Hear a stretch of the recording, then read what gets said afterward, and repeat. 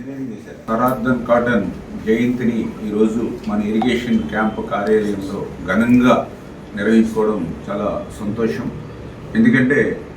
మనందరికీ తెలుసు, ఈరోజు గోదావరి జిల్లాలో పచ్చగా ఉండి 2 పూట్ల అన్నం తినగలుగుతున్నామని అంటే అది కాటన్ మహాశయుడు యొక్క పుణ్యం. అటువంటి కాటన్ మహాశయుడు యొక్క ఆశయాలకు అనుగుణంగా ఈరోజు తెలుగుదేశం, జనసేన, బీజేపీ కూటమి ప్రభుత్వం కూడా పనిచేస్తూ ఉంది. అందులో ముఖ్యంగా మనందరికీ తెలుసు, ఎన్టీ రామారావు గారి దగ్గర నుంచి ఈరోజు చంద్రబాబు నాయుడు గారి వరకు ఇరిగేషన్కి అత్యంత ప్రాధాన్యతనిస్తూ అందులో భాగంగానే ఈవేళ ఎంత పెద్ద ఎత్తున కోట్ల రూపాయలు ఖర్చు పెట్టి ప్రాజెక్టులు నిర్మాణం చేసినా, రిజర్వాయర్లు నిర్మాణం చేసినా, కాలువలు, డ్రైన్స్ ఎన్ని నిర్మాణం చేసినప్పటికీ కూడా సంవత్సరం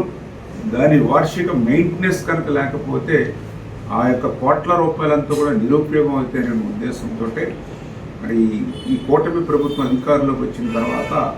మొదటి సంవత్సరంలోనే 790 కోట్ల రూపాయలు ఓఎండ్ఎం మెయింటెనెన్స్ నిమిత్తం,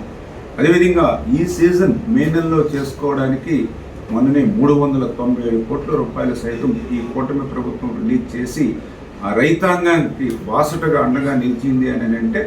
ఆ కాటన్ మహాశయుడు అందించినటువంటి ఆ స్ఫూర్తిని భవిష్యత్తు తరాల వారికి కూడా ఫలాలు అందించాలనేటువంటి ఆలోచనతో ఈ ప్రభుత్వం పనిచేయడం. ఎందుకంటే మనం చూసాం, గత 5 సంవత్సరాల వైసీపీ పాలనలో 5 సంవత్సరాలు ఎక్కడ కూడా ఏ డ్రైన్లో కానీ ఏ కెనాల్లో కానీ ఒక తట్ట మట్టి సిల్ట్ తీసినటువంటి పరిస్థితి లేదు. ఏ గొరబడెక్క కానీ వీడి కానీ ఎక్కడా కూడా తొలగించినటువంటి పరిస్థితి లేదు. లాకులు, షట్టర్స్, రోప్స్,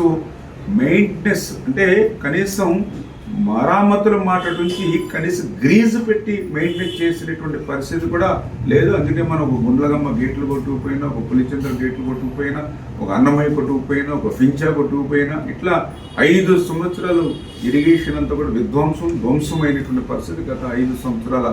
వైసీపీ పాలనలో. మళ్ళీ ఈరోజు ఈ కూటమి ప్రభుత్వం అధికారంలోకి వచ్చాక మళ్ళీ ఆ యొక్క కాటన్ ఆ యొక్క స్ఫూర్తితోటే ఈరోజు ఇంత పెద్ద ఎత్తున ఆ ఓఎండ్ఎం మరి నిర్వహించుకోవడం, అదేవిధంగా ధవళేశ్వరం బ్యారేజీకి కూడా ఈవేళ ముప్పు ఉన్నటువంటి స్థితిలో గేట్లన్నీ కూడా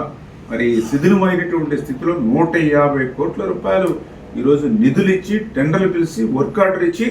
మరి తొందరలోనే ఆ కొత్త గేట్లు కూడా ఏర్పాటు చేస్తున్నామని అంటే ఇది గోదావరి డెల్టా మీద ఈ ప్రభుత్వానికి ఉన్నటువంటి నిబద్ధత, ఆ కాటన్ మహాశయుడికి మనం ఇచ్చేటువంటి గౌరవం. అయితే ఈ రకంగా ఎప్పుడు కూడా కూటమి ప్రభుత్వం, మన తెలుగుదేశం, జనసేన, బీజేపీ ప్రభుత్వం రైతుల పక్షాన, వ్యవసాయం పక్షాన కాటన్ మహాశయుడి యొక్క స్ఫూర్తితో భవిష్యత్తులో కూడా ముందుకు